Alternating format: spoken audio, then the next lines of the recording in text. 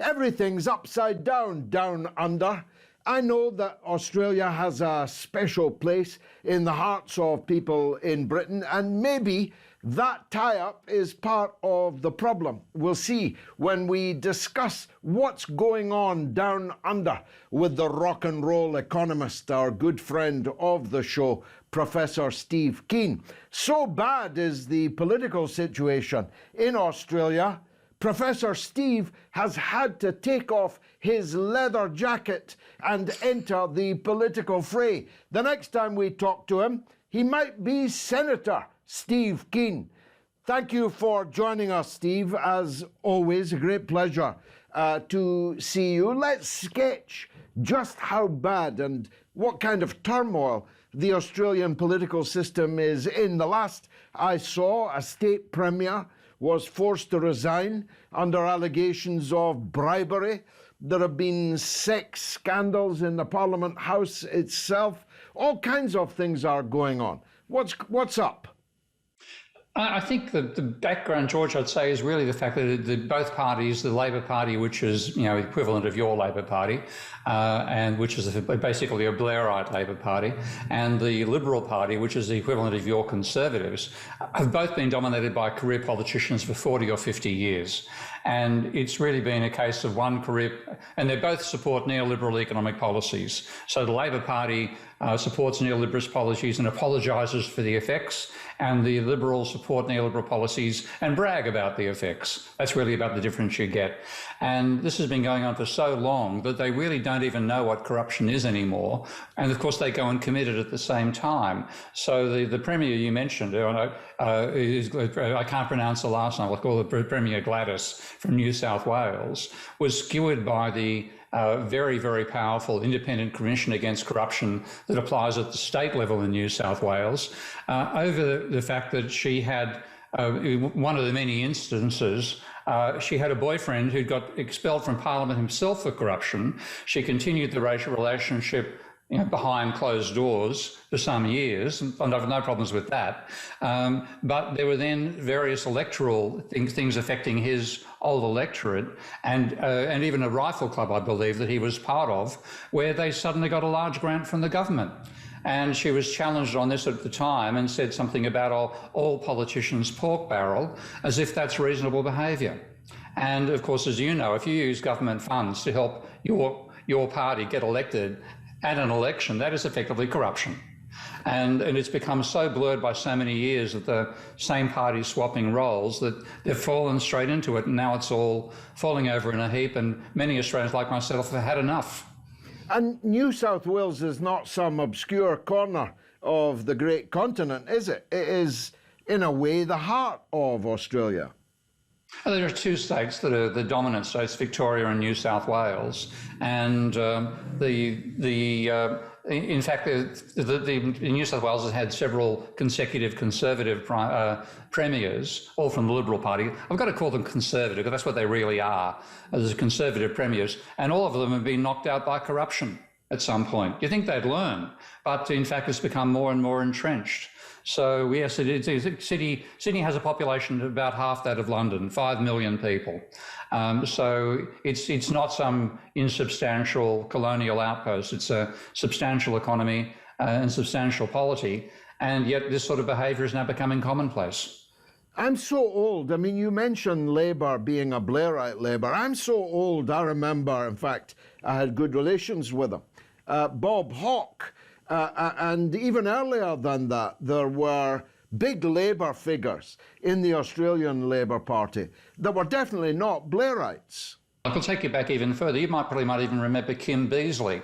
Do you ring any bells for you? Okay. Yes. Well, his father, Kim Beazley, he lost in the 1999 election to John Howard, when Howard was almost certain to lose until a group of refugees, I think from maybe in Afghanistan or Sri Lanka, I can't actually remember, were picked up by a Norwegian freighter called the Tampa. And following the laws of the sea, the freighter captain just took them from where he collected them to the nearest country, which was Australia. And they were blocked there by John Howard saying, "We will decide the conditions under which people come to our country." And that right-wing, anti-refugee, sentiment swung the election in Howard's favour.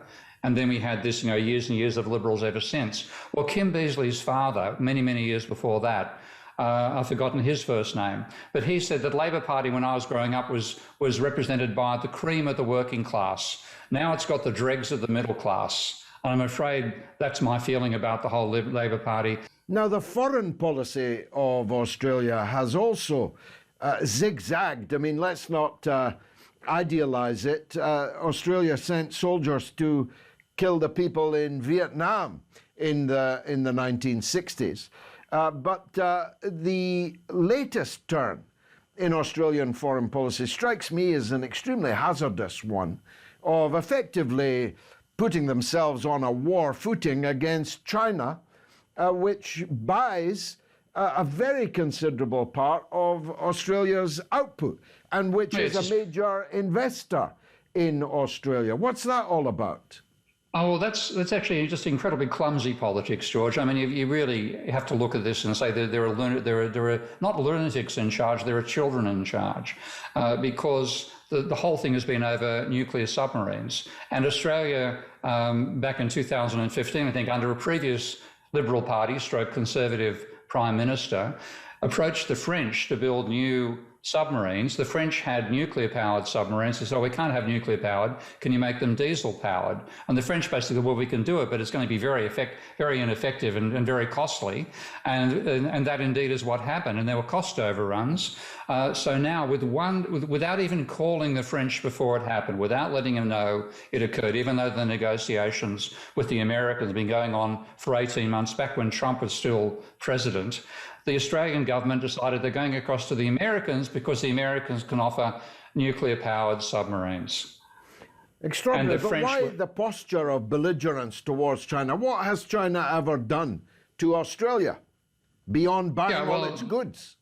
Yeah, I mean, China has become well and truly the major trading partner for the country. There are people who are worried about the Chinese political influence in the country, and some of them saying, well, we should be trying to, put a bit of a barrier to China. But I think a barrier to China is the Indian Ocean.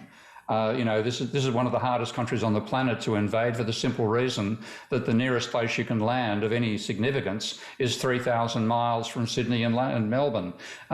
So it is our own isolation is our best defence. But what has happened here is they've said we're going to shut down buying French submarines, which were supposed to be delivered in about 2030, and instead we're going to buy American subs in case China starts a war against us in 2025, and the American subs will arrive in 2040.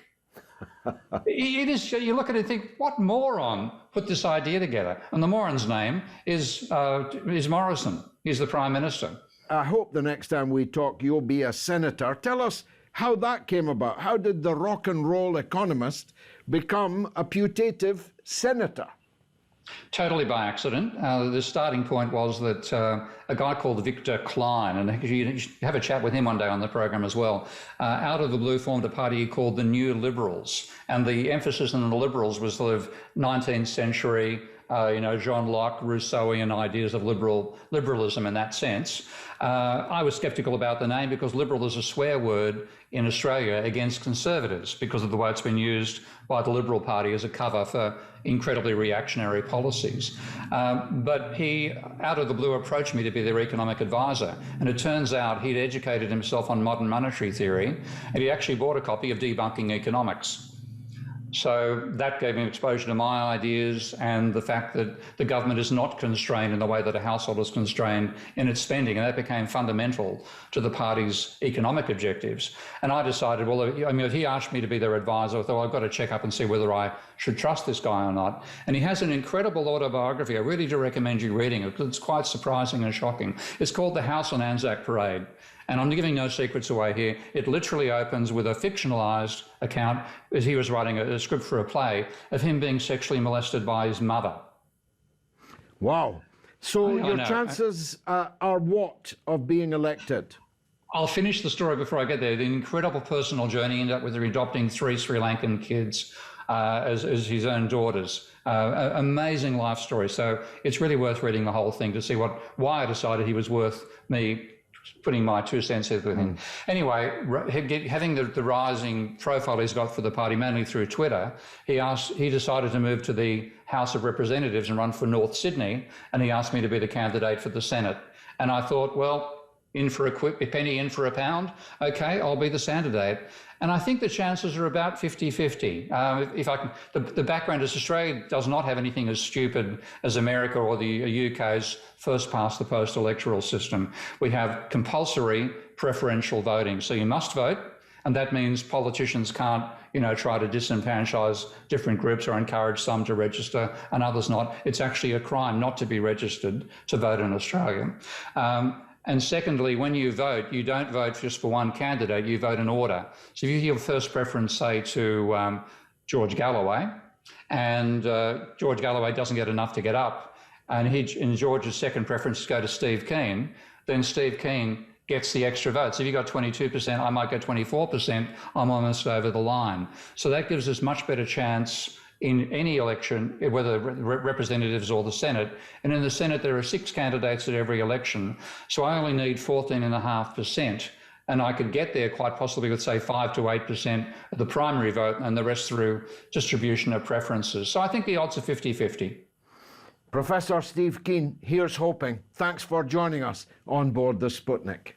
Delighted to, mate. Good to see you again. And you.